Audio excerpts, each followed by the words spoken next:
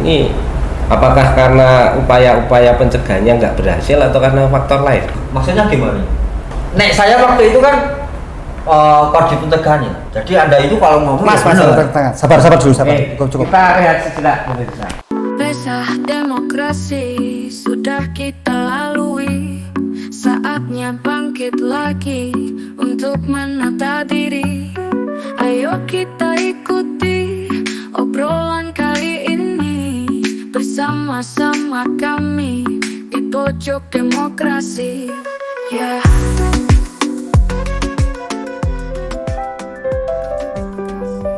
Pesta demokrasi. Selamat siang sahabat Bawaslu. Assalamualaikum warahmatullahi wabarakatuh. Berjumpa kembali dengan saya Nana Setiawan dalam acara Pojok Demokrasi yang pada kesempatan hari ini kita akan mengambil tema terkait dengan proses penanganan pelanggaran di atas awan. Kali ini telah hadir bersama saya ada 3 orang pejabat tinggi ini. Orang pejabat tinggi karena Panwascam yang posisinya di ketinggian seperti itu. Oke. Yang pertama ada Mas Dodo. Selamat siang Mas Dodo. Selamat siang Mas Nana. Oke, Mas Dodo ini adalah salah satu guru saya dalam kepemiluan karena saya masih ingat betul tahun 2009 itu saya jadi KPPS yang bintang ya Mas Dodo ini. Jadi kalau dalam hal kepemiluan sebenarnya beliau adalah guru saya dan beliau juga aktivis juga. Saat ini apa Mas aktivitasnya? Aktivitasnya pasca Panwas demisioner ini karena basicnya memang petani, kemudian terus kerjasama dengan salah satu OPD di Kabupaten Boyolali untuk kaitannya dengan lingkungan menuju ke program lestari yang insya Allah nanti nominasi dari Kementerian KLHK. Selain itu juga karena petani ya basicnya petani Mas, nyayur sama ternak. Luar biasa. Selanjutnya ada Mbak Rani. Mbak Rani ini juga aktivis perempuan ya Mbak ya. Ini aktivis perempuan tapi sering piknik juga ya Mbak ya. Aktivitasnya ya. Ngantar anak-anak. Gimana kabarnya ini Mbak? Alhamdulillah baik. Saat ini aktivitasnya apa aja Mbak? Kembali ke setelan awal nih setelah selesai dari Panwascam kemarin, paginya momong di TK, terus selanjutnya karena sama seperti Pak Dodo, basicnya dari petani, siangnya berkebun. Oh gitu, wah, luar biasa. Selanjutnya ada di Panwas impor ini ya Mas ya? Impor ya? Dari Papua ya? Dari Papua. Ada Mas Pras ini juga aktivis juga. Kalau Mbak Rani tadi aktivis perempuan, kalau Mas Pras pemberdayaan perempuan lah tuh. Wah, enggak. Saya basicnya cuma seperti teman-teman tadi. Cuma petani saja. Petani. Ini kalau Mbak Rani tadi dulu PPS ya Mbak? Iya. PPS. Mas Pras ini dulu dari PTPS ya, terus jadi PKD Panwas. Berarti besok Bawaslu berarti? Kemungkinan besar. Amin, semoga saja. Oke. Ini beliau bertiga ini adalah orang-orang yang sangat kompeten dalam kepemiluan karena memang di Selo ini mungkin di Kabupaten Boyolali proses pemilunya mungkin agak beda ya Mas ya. Yeah. Kontestasinya agak beda ya, maka dibutuhkan orang-orang Panwascam yang bisa ngomong juga tapi bisa tegas juga kan gitu ya. Gitu. Oke. Ini Mas terkait dengan tantangan utama ini dalam menangani pelanggaran itu dalam pemilihan maupun pemilu itu tantangannya apa Mas di Selo itu sebenarnya?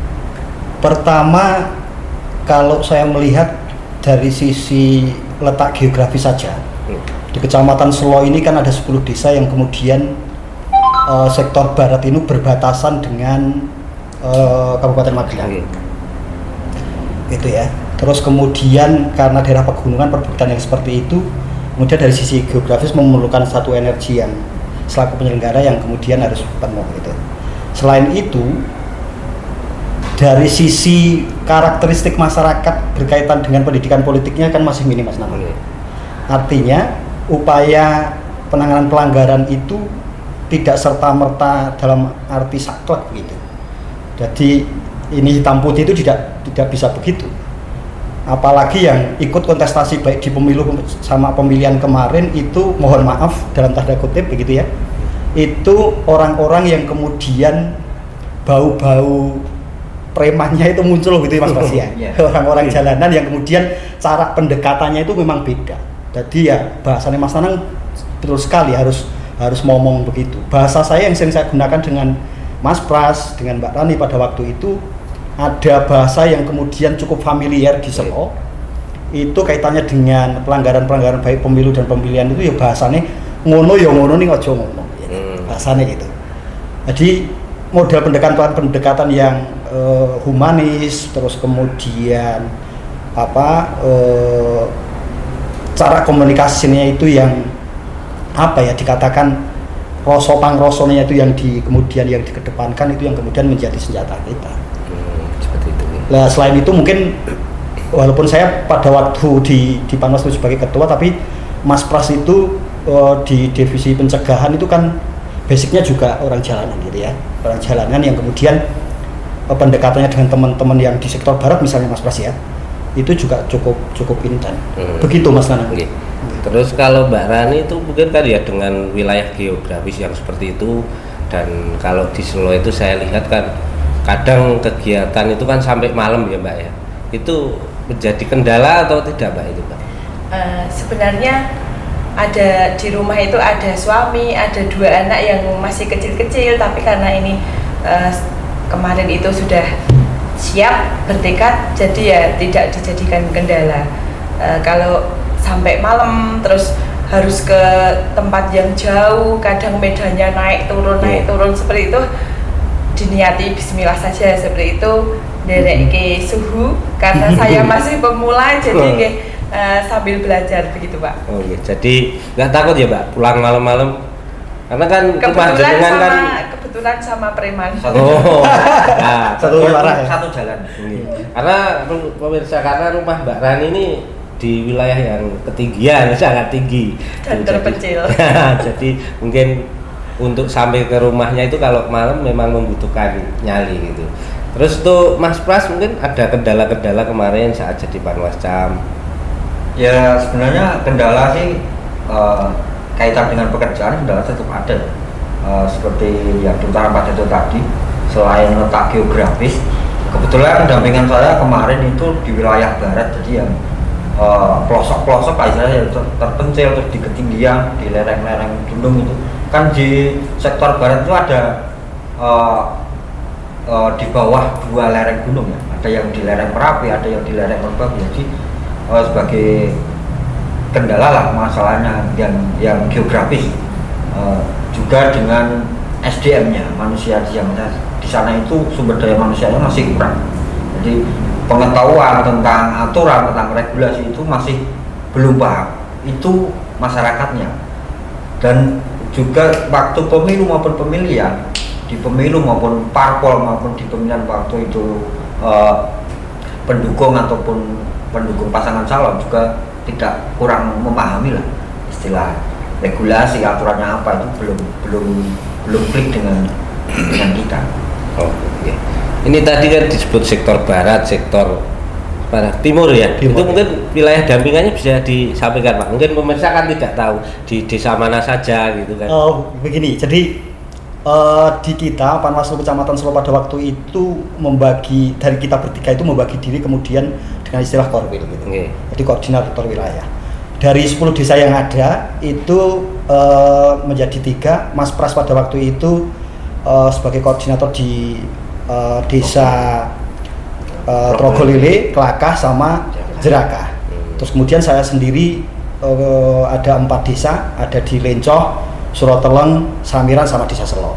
Terus kemudian Mbak Rani dengan pertimbangan berdekatan dengan domisilinya Mbak Rani itu sebagai korwil di Desa Senden, Tarobatan sama Jeruk. Itu juga saya selaku ketua kemarin mempertimbangkan soal apa yang disampaikan Mas Pras tadi, soal SDM masing-masing. Dari 10 desa ini kan mohon maaf dari sisi SDM-nya kan memang beda-beda Mas. Iya. Jadi kalau sektor barat itu lebih, mohon maaf, lebih arogansinya itu lebih menonjol Mas Pras ya. Terus kemudian kalau yang di sektor tengah di kotanya kecamatan itu lebih mengandalkan soal pengetahuan soal pendidikan, karena pertarungan politiknya itu di 4 desa yang menjadi koordinator wilayah saya itu beda dengan di sektornya Mas Pras misalnya atau Mbak Rani gitu. Jadi lebih pada soal trik politik dan lain sebagainya gitu. Terus kemudian kalau di tempatnya Mbak Rani itu saya memahaminya yang di Desa Senden, Jeruk sama Tarbatang ya. Masyarakatnya itu cenderung mohon maaf tidak mau tahu begitu ya, tidak terlalu begitu terus kemudian respon tahapan-tahapan yang terjadi pada waktu itu. Artinya ya bisa dikatakan apatis juga sih ya, karena mungkin karena minimnya pendidikan politik yang terjadi di sana. Walaupun kalau dari sisi partisipasinya memang ya malah justru bagus ya, paling tinggi ya. Partisipasinya lebih bagus gitu. Saya melihat partisipasi bukan dari sisi saja loh ya, dari sisi tingkat kehadiran di TPS itu tidak. Contohnya misalnya ada beberapa masukan dari masyarakat dan sebagainya itu cenderung di wilayahnya Mbak Rani ya, yang pada waktu itu misalnya ini kok gambarnya dipasang di tempat-tempat yang mungkin secara aturan dilarang dan sebagainya, itu sebagian 1-2 orang terus kemudian juga responsif soal tahapan yang terjadi pada waktu itu gitu. Itu Mas Nana. Oke. Dari data kami ini di Selo itu kalau pemilu kan ada 2 penanganan pelanggaran dan ada 1 penanganan sengketa ya. Yang 1 administrasi, 1 kode etik, 1 sengketa. Terus di pilkada ini ada 3 juga, 3 temuan, 1 kode etik, 2 administrasi. Nah ini dengan tantangan geografis tadi Mas, itu dalam proses penanganan pelanggaran itu strateginya seperti apa? Kan harus melakukan panggilan untuk klarifikasi yang waktunya kalau pilkada kan hanya 3 hari. Dan misalnya dari Selo sampai mana ini Kelaka sampai mungkin Jeruk itu terkait pengumpulan undangan tadi, terus pengumpulan bukti-bukti itu strateginya seperti apa biar waktu penanganan pelanggaran ini terpenuhi? Jadi begini, contohnya misalnya kalau pemilu, ini yang menurut saya yang PSAP itu ya, yang sengketa. Kalau di pemilihan itu kan durasi waktu penanganan pelanggarannya kan sampai 3 hari. Iya. Sepemahaman saya pada waktu itu, PSAP itu durasi waktunya itu cuma 1 kali 24 jam pada waktu itu. Jadi sengketa kasusnya, kronologinya awal itu ada salah satu APK yang kemudian nutup APK yang lain. Ada laporan begitu, karena ini ada laporan ke Panwas, putusan kita tangani. Di Bawas pada waktu itu yang komunikasi inten saya dengan Mas Dewangga sama Mas Lili selaku Kodim penanganan sengketa pada waktu itu. Jadi saya begitu ada laporan itu sempat begitu ya, karena durasi waktunya cuma 1 kali 24 jam. Lah, melihat dari sisi yang seperti saya sampaikan tadi soal letak geografis yang seperti itu, kita tidak mungkin terus kemudian misalnya ngasih undangan untuk klarifikasi dan lain sebagainya itu kita nunggu datang Mas. Jadi kita ya harus jemput bola. Jemput bola mendatangi yang bersangkutan, terus kemudian melakukan pendekatan yang seperti saya lakukan tadi. Jadi kasusnya pada waktu itu minta tanda tangan pemohon saja Mas. Pemohon sama termohon itu saya datanginya itu ke lain kecamatan. Sampai gitu ya? Iya, jadi sekitar jam 10 sampai jam 11 malam itu Mas Pras ya. Saya itu mendatangi ke salah satu pondok di Candi Doglo. Iya. Mas Tugiarto pada waktu itu sebagai caleg PKB itu saya datangi ke sana cuma minta tanda tangan pemohon saja. Itu saya lakukan jam 11 malam. Padahal pada waktu itu jam 12 malam itu saya sudah ditarget oleh Bawas bahwa soal proses penanganan pelanggaran itu selesai. Artinya itu, contohnya itu pada waktu pemilu. Terus kemudian pada waktu pemilihan itu juga ya memang karena orang-orang di Selo itu dari sisi mohon maaf pendidikan politik, kesadaran berpolitiknya memang rendah, ya kita harus jemput bola tadi Mas. Nggak bisa kita itu nunggu. Walaupun seperti yang Mas Nanang katakan untuk memberikan 1 undangan itu kan bisa sampai 2 kali ya. Iya. Misalnya diundang pertama kali tidak hadir, terus kemudian ngasih undangan lagi begitu kan Mbak Rani. Itu pun juga saya meminta ke Mbak Rani pada waktu ya datangin saja, tidak harus kemudian hanya merintah kepada staf pada waktu itu terus mengasih undangan, tidak. Jadi strateginya pada waktu ngasih undangan itu memberikan satu penjelasan apa-apa yang akan kita lakukan secara teknisnya, bukan terus kemudian apa yang akan kita pertanyakan pada waktu klarifikasi itu sebenarnya tidak, tapi teknisnya hanya seperti ini Pak gitu, disampaikan satu pemahaman biar baik pemohon dan termohon itu juga legowo menghadiri ke Panwaslu Kecamatan Selo. Salah satunya itu Mas Anand. Terus ini Mbak Rali ini kan juga baru ya jadi Panwascam dan kebetulan langsung di penanganan pelanggaran ya. Itu strateginya bagaimana Mbak? Karena kalau di penanganan pelanggaran kan harus paham regulasi gitu. Seperti itu, regulasinya juga banyak, undang-undang pemilihan itu juga undang-undangnya sangat banyak. Itu strategi jenengan belajar terkait dengan regulasi dan proses penanganan pelanggaran itu strateginya seperti apa Mbak? Kalau kemarin itu kami apabila ada temuan ya, yang banyak kan kemarin temuan itu, terus saya sama Pak Dodo sama Pak Pras gitu konsultasi bertiga gitu, Pak ini masuk yang mana gitu, masuk yang mana, terus saya cari gitu, terus nanti untuk yang administrasinya sama Pak Pras itu nanti bikinnya seperti ini Mbak begitu, terus nanti saya belajar sedikit seperti itu Pak. Terus untuk penyampaian undangan seperti yang diatur sama Pak Dodo tadi, memang kita datangi sendiri, tidak staf, kita jelaskan sama yang kita undang. Alhamdulillah tidak ada yang izin kemarin itu. Strategi kami seperti itu Pak. Jadi saya tidak melangkah sendiri, tetap bertiga begitu. Pak ini sudah jadi seperti ini, kita konsultasikan benar atau tidak, sudah cocok atau belum seperti itu. Karena saya kalau berjalan sendiri mungkin takutnya kan masalah regulasi, terus ini bersangkutan dengan orang-orang yang kita belum tahu karakteristiknya begitu. Jadi tetap saya di belakang Pak Dodo dan juga Pak Pras begitu. Oke, terima kasih. Terus ini Mas Pras, ini kan dari data kami ini baik yang pemilu maupun yang pemilihan ini kan sumbernya temuan ya.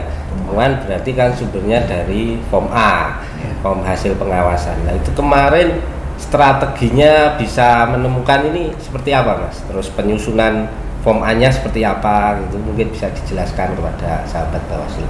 Baik, kemarin memang kebanyakan dari kita itu temuan ya, istilahnya hasil pengawasan kita langsung sebenarnya itu pas temuan yang seperti contoh kemarin yang di pemilihan itu soal kampanye yang tanpa izin, itu kan juga temuan dari kita.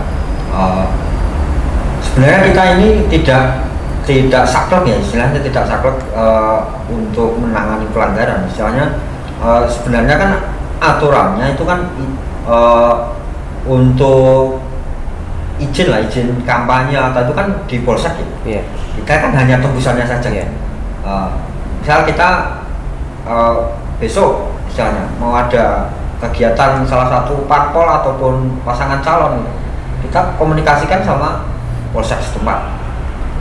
Polsek kalau tidak ada tembusan ke kita, ya kita langsung klarifikasi ke panitia lah istilahnya. Kalau tidak ada ya waktu itu teman kita yang di Gebyok ya, di Gebyok itu kita hentikan lah istilahnya, kita hentikan.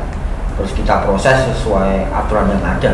Jadi lagi-lagi kembali ke semula ya. Jadi baik pasangan calon ataupun pendukung, tim pendukung lah istilahnya, itu tidak paham betul dengan regulasi yang ada. Jadi kita juga kalau mau saklek orang-orang Solo itu seperti yang diutarakan tadi, SDM-nya itu rendah-rendah. Jadi gurgacowani gacokan teledol. Jadi memang dibutuhkan panwas sami preman lah istilahnya. Bukan preman loh, semi lah. Kalau enggak, gitu. Kalau ini fakta di lapangan ya. Kalau kita istilahnya mengawasi lah, istilah kegiatan salah satu paslon ataupun partai politik, itu pasti orang-orangnya itu. Orangnya ya dalam tanda kutip rodok preman lah. Jadi kita menanganinya juga tidak yo nek ngisor ya, nek kadang nek dhuwur. Jadi yo harus tahu watak orang itu nek dikasih tahu tuh kadang gosok gitulah orang-orang Solo itu. Jadi kita harus pinter-pinternya saja untuk menyikapi orang-orang seperti itu. Terus temuan-temuan itu juga sumbernya bukan dari kita saja, mungkin dari hasil pengawasan PKD. Jadi dari 10 desa itu, dari 10 PKD itu memang istilahnya kerja mereka juga sangat bagus lah. Jadi dalam pengawasan kalau ada temuan mesti kita sharing ke kita dulu, terus prosesnya gini-gini, terus gimana. Mesti kalaupun Panwas tidak ada di tempat itu, pasti kalau PKD laporan kita langsung ke lokasi. Mungkin strateginya seperti itu. Oke. Terus selanjutnya ini mungkin dari Panwascam Selo itu kemarin ada inovasi-inovasi terkait dengan proses pengawasan itu, mungkin yang di daerah lain tidak, tapi diterapkan di Selo mungkin ada inovasi yang mungkin nanti ke depan bisa ditiru teman-teman Panwascam yang lain. Baik di pemilu maupun pemilihan itu sebetulnya apa sih output dari sebuah proses demokrasi itu sebetulnya kan pertama soal partisipasi gitu ya. Terus kemudian pendidikan politiknya semakin meningkat gitu kan. Pendidikan politik itu kan dalam arti orang itu terus kemudian responsif terhadap tahapan-tahapan yang ada misalnya begitu ya. Terus kemudian paham ya sedikit-sedikit regulasi soal aturan bahwa ini boleh, ini tidak boleh begitu. Nah, baik di pemilu dan pemilihan kita diawali dari misalnya pemilih yang usia kalau pemilih pemula ya, istilahnya pemilih pemula itu kita bikin satu MOU dengan, karena di Selo itu kan hanya cuman ada satu SMK saja, terus kemudian ada satu SMP Mas Pras ya. Like dari 2 sekolah itu baik yang di SMP dan SMK itu kita bikin satu MOU untuk kemudian memberikan satu pendidikan politik terhadap pemilih pemula itu, walaupun kadang juga menghadirkan Bawas, tapi kadang juga kita sendiri yang kemudian melakukan Mas Pras pada waktu itu ya. Itu pertama. Terus yang kedua, pada waktu pemilu itu kita memanfaatkan kearifan-kearifan lokal yang ada juga. Contohnya misalnya begini, kita pernah mendatangi di beberapa teman-teman muslimat begitu ya, kemudian melakukan sosialisasi. Jadi bahasa sosialisasi itu kan kemarin cenderung dilakukan oleh penyelenggara teknis dalam arti KPU dan jajaran, tapi di Selo tidak. Bahwa pendidikan politik sosialisasi itu juga sebetulnya di Bawas dan jajarannya itu penting juga dilakukan. Kita mendatangi kaum muslimat, terus kemudian ada teman-temannya Mbak Rani itu yang di IGTKI ya, IGTKI itu juga malah minta ke kita untuk kemudian yuk ngobrol soal politik, yuk ngobrol soal pemilu ya gitu. Jadi kita hadir ke sana juga gitu. Terus kemudian lewat teman-teman kesenian, maksudnya kesenian jalanan itu kita juga pernah melakukan sosialisasi begitu. Jadi kearifan lokal atau local wisdom yang ada kemudian di Selo itu kita manfaatkan untuk sebagai media untuk sosialisasi berkaitan dengan aturan-aturan dan lain sebagainya. Selain itu juga hubungan stakeholder yang ada itu harus kemudian direkatkan. Jadi kita itu sampai beberapa kali mengundang perangkat desa dan kepala desa gitu ya. Terus kemudian ASN yang ada di Kecamatan Selo itu kita undang, terus kemudian melakukan diskusi bersama begitu ya. Tidak harus misalnya yang ada, kalau bahasa di lembaga itu ada skimnya, ada enggak. Memanfaatkan kearifan-kearifan itu saja. Terus kita juga pernah melakukan, mohon maaf di kecamatan-kecamatan yang lain itu belum melakukan kita lakukan semacam deklarasi begitu ya. Deklarasi pemilu damai itu awal kita lakukan. Cuman yang belum kesampaian sampai saat pada waktu pemilihan itu kita menghadirkan kemudian yang nyalek atau yang pasangan calon ke sana untuk kemudian komunikasi. Cuman kita pernah hanya menghadirkan, bahasanya kalau di pemilu itu tim suksesnya Mas Pras ya, ngobrol dengan teman-teman kita, teman-teman PKD, teman-teman staf itu kita lakukan. Karena memang di Selo itu walaupun mohon maaf dalam tanda kutip SDM-nya seperti itu, tapi hubungan kekerabatannya itu ya nuansanya nuansa desa. Jadi model pendekatannya itu terus kemudian lebih kita upayakan ke hal-hal yang sifatnya kearifan lokal tadi. Jadi praktik-praktik baik yang kemudian bisa kita masuki di ruang-ruang yang kemudian bisa belajar bareng soal demokratisasi, soal ini terus kita lakukan. Oke. Ini tadi kan Pak Dodo menceritakan terkait dengan sosialisasi ke muslimat, jenengan sebagai aktivis perempuan juga kan ya Mbak.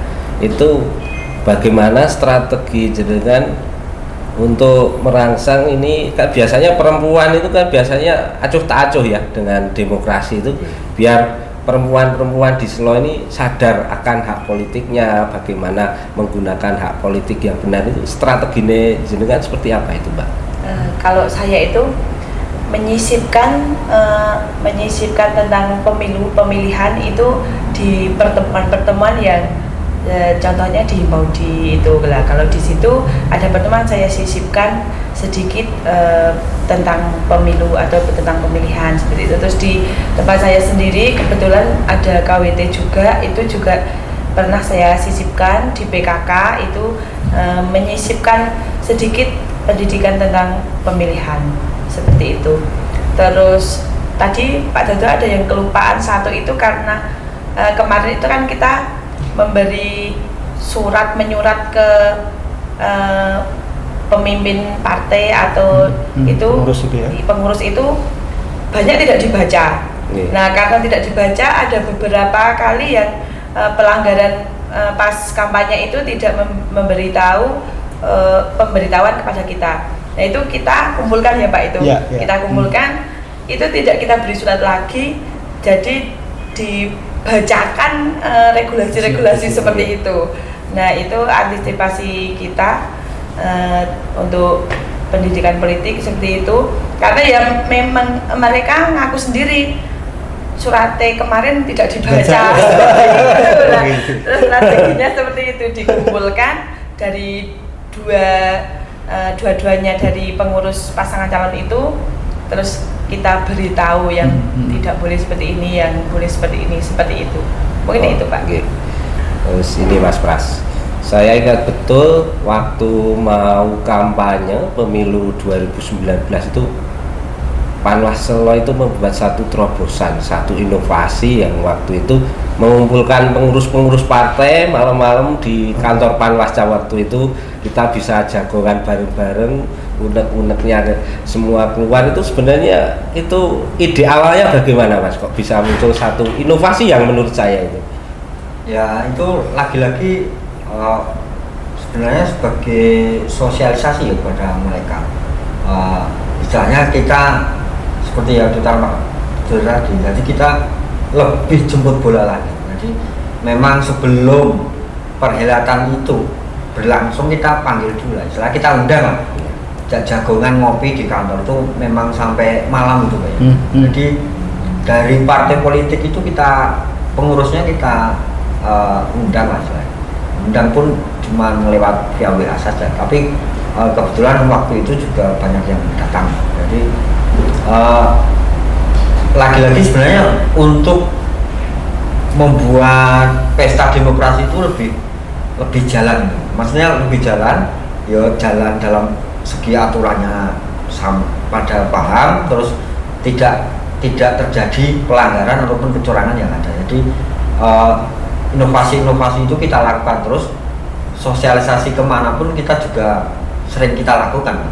Jadi misalnya kita seringlah mengundang parpol, terus kita untuk pemilih pemula juga saya di SMK Selo gitu. Jadi untuk inovasi-inovasi itu sudah kita lakukan. Jadi bentuk pencegahan terus antisipasi kecurangan, antisipasi pelanggaran itu sudah kita lakukan sejak dini sebelum perhelatan itu berlangsung. Jadi jauh-jauh hari sudah kita parpol, pengurus partai politik lah itu sudah kita kumpulkan, sudah kita beri penjelasan. Terus sebenarnya kita waktu itu undangnya pun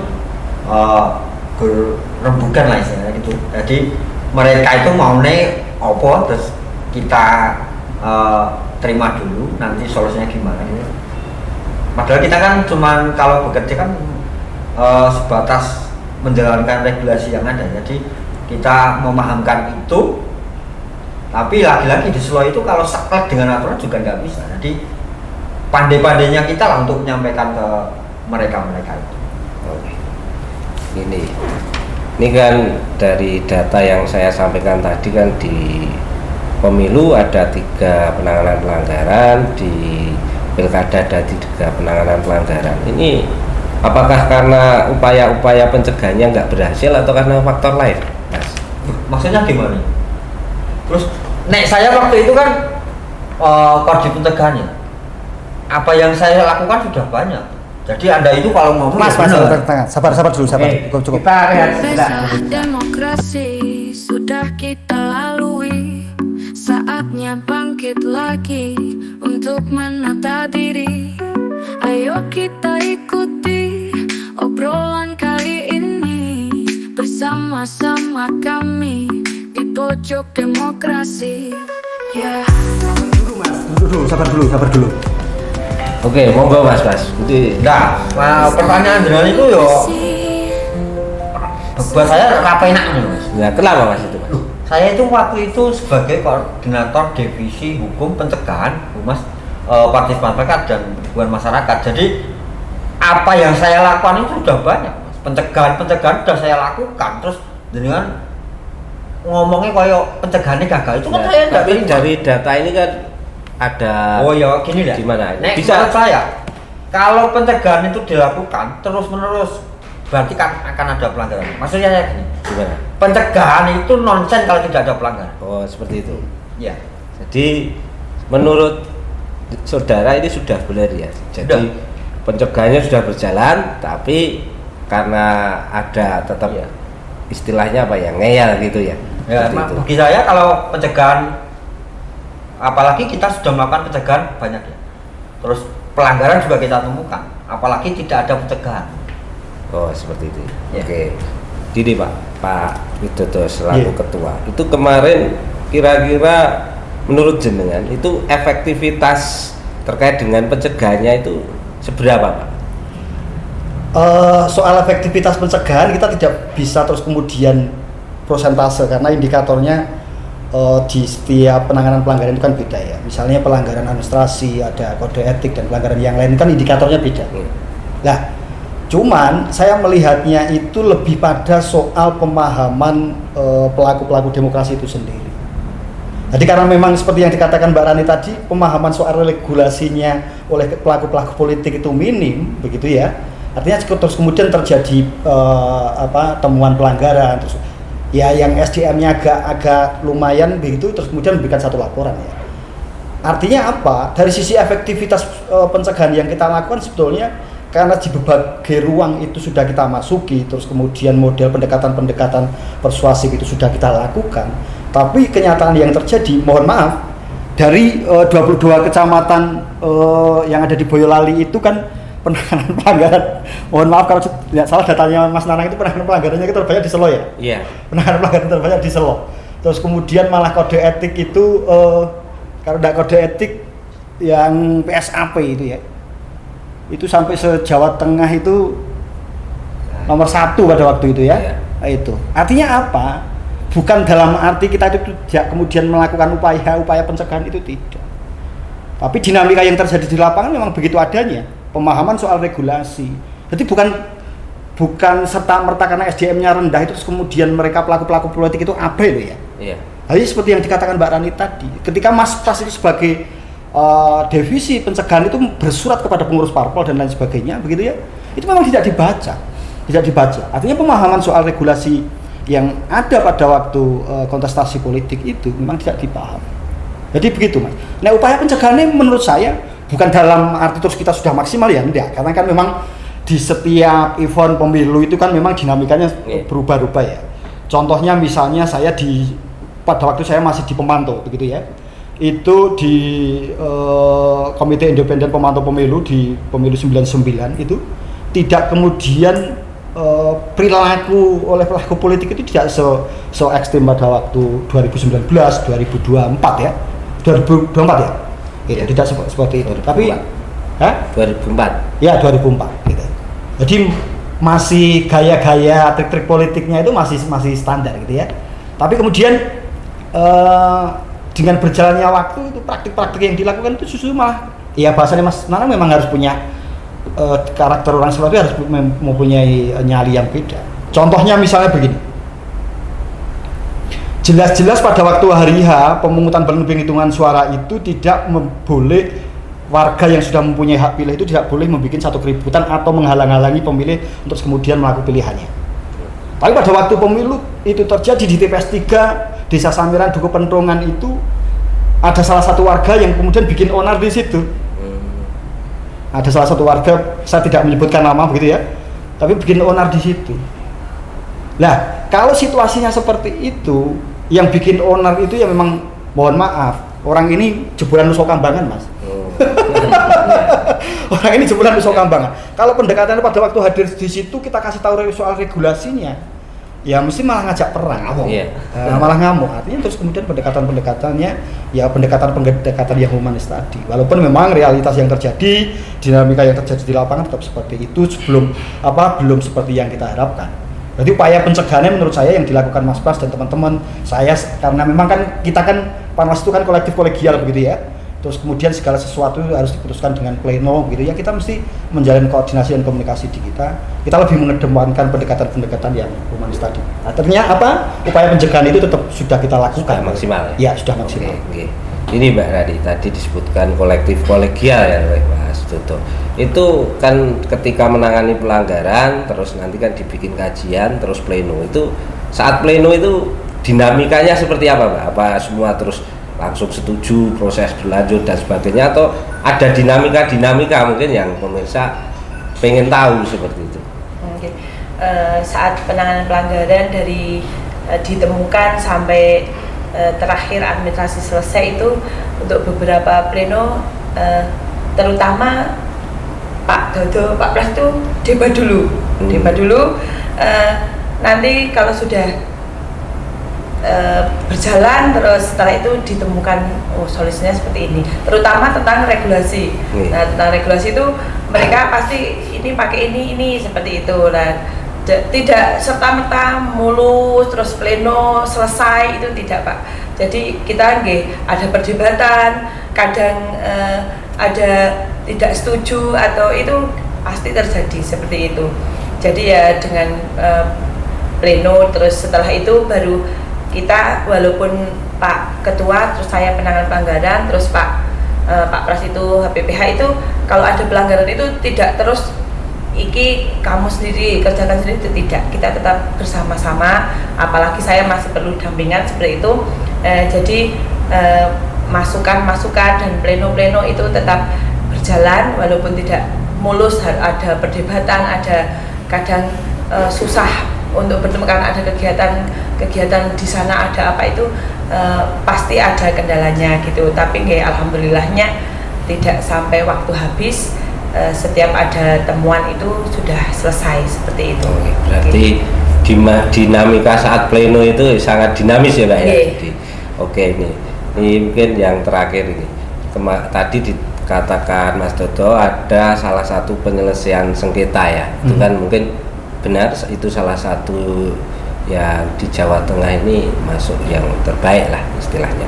Itu bisa diceritakan itu Mas, kronologinya seperti apa, terus penyelesaiannya seperti apa? Tadi sudah diceritakan tapi mungkin lebih detail gitu. Mungkin kalau apa ya istilahnya kan mungkin menjadi suatu pengalaman.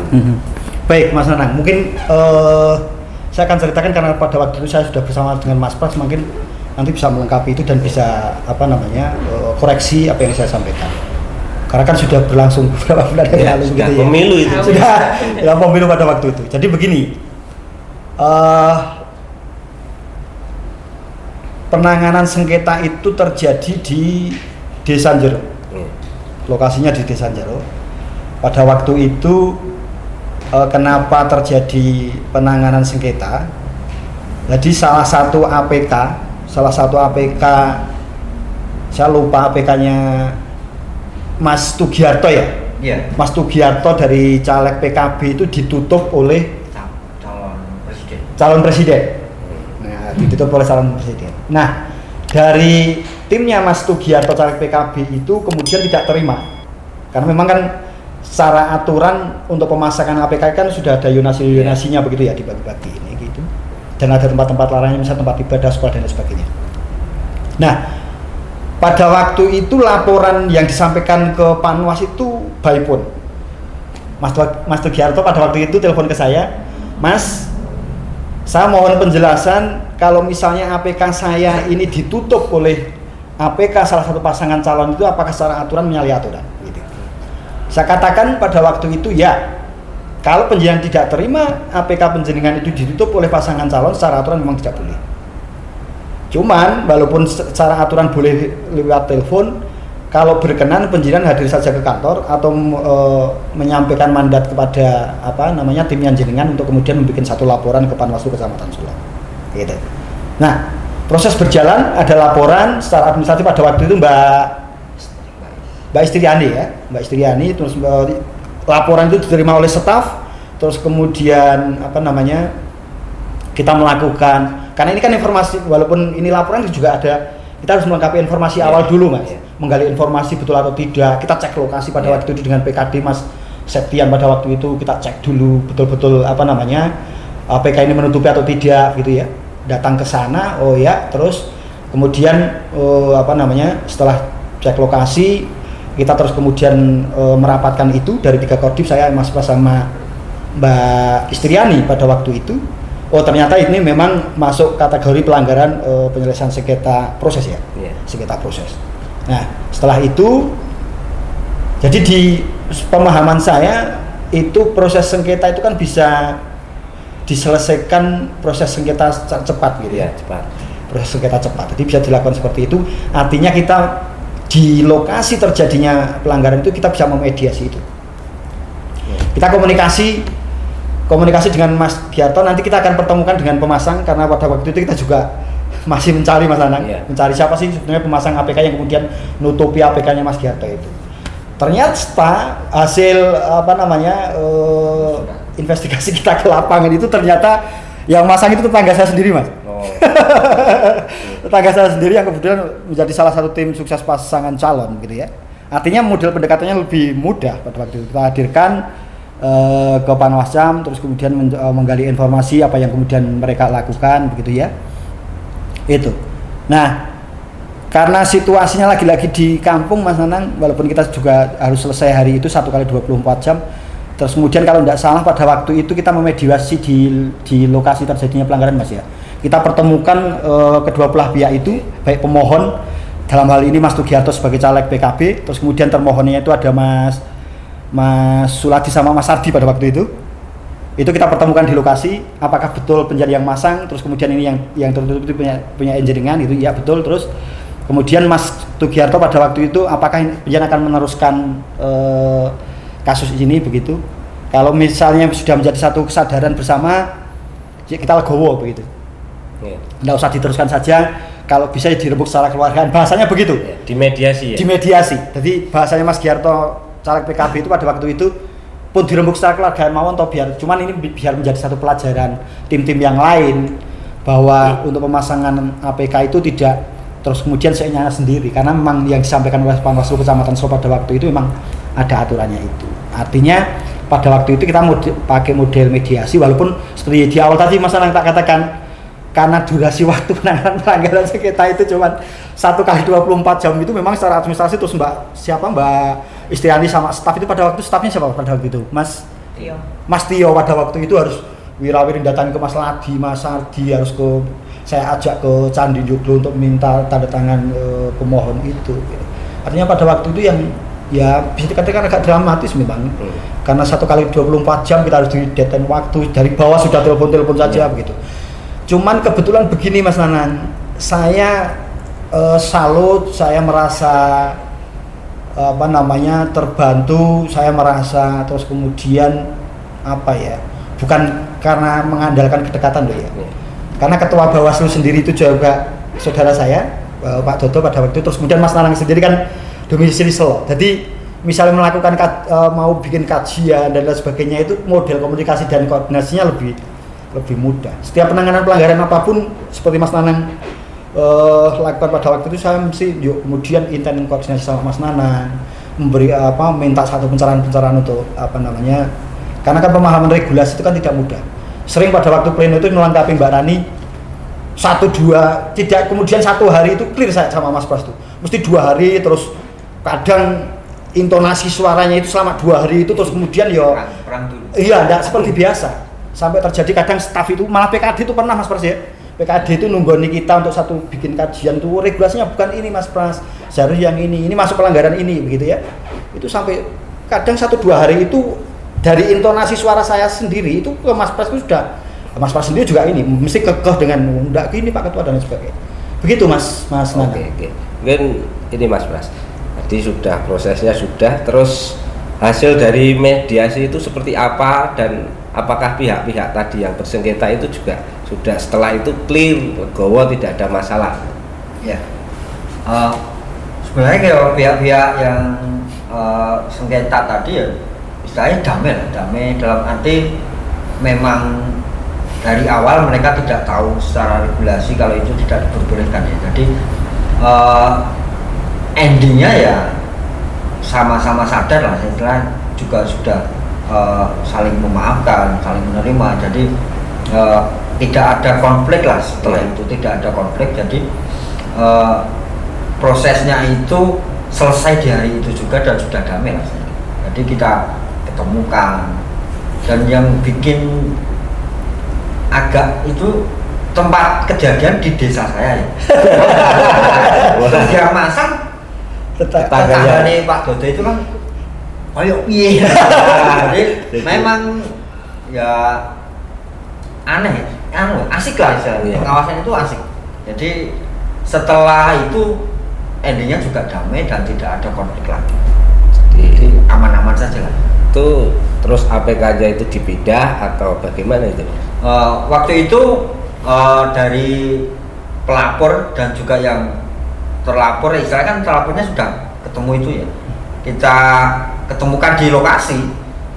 Terus yang pindah itu ya yang masang dulu, disaksikan oleh kedua belah pihak. Jadi dipindah, disaksikan kita sama waktu itu saya juga sama PKD, dipindah lah, saya dipindah. Jadi sesuai dengan aturan. Jadi dipindah, sudah tidak nindi lagi. Jadi setelah itu ya mereka sudah saling mengerti, saling memaafkan. Dan kita terus administrasinya itu sih yang sampai malam itu bikin nggak pusing sebenarnya. Memang resiko kita lah, resiko sebagai pengawal. Tapi kalau menemukan semacam itu malah bagi saya untuk menambah itu. Jadi yo seneng Pak, yo seneng yo ora itu. Jadi ada pelanggaran itu yo jengkel, yo seneng. Narane pelanggaran sedih kadang. Tapi kita enggak pernah berharap itu enggak, tapi memang real di lapangan seperti itu. Oke. Mungkin perbincangan kita sudah ya lumayan lama dan ini tadi asik ya. Jadi ngobrolnya kita asik, mungkin banyak hal yang mungkin sahabat-sahabat Bawaslu itu belum tahu. Oh, proses penanganan pelanggaran di daerah di negeri di atas awan ya, di Selo itu yang setiap hari hampir saat ini kabut kita di atas awan itu prosesnya seperti itu. Ya, saya ucapkan terima kasih untuk Pak Dodo, Mbak Rani, Mas Pras yang sudah rawuh di sini di acara podcast Pojok Demokrasi. Ya, semoga ke depan bisa lebih sukses lagi dalam berkarir dan semoga diberi kesehatan, kelancaran dalam berusaha. Dan kapan-kapan kita undang lagi Mas. Oh ya, siap. Topik yang beda karena saya lihat Selo ini banyak yang perlu dieksplor. Bukan karena saya orang Selo, tapi saya lihat memang karakter Selo ini memang ya agak unik daripada yang lain seperti itu. Oke, demikian pemirsa. Demikian sahabat Bawaslu yang berada dimanapun, ini kita telah ngobrol banyak ini dengan Mas Cam Selo, sehingga mungkin banyak hal yang bisa kita petik dari hasil perbincangan ini. Dan mungkin saya sebagai host dalam kesempatan siang hari ini mohon maaf apabila ada salah-salah kata, dan Mungkin kita akan berjumpa di kesempatan yang lain. Oke. Salam awal.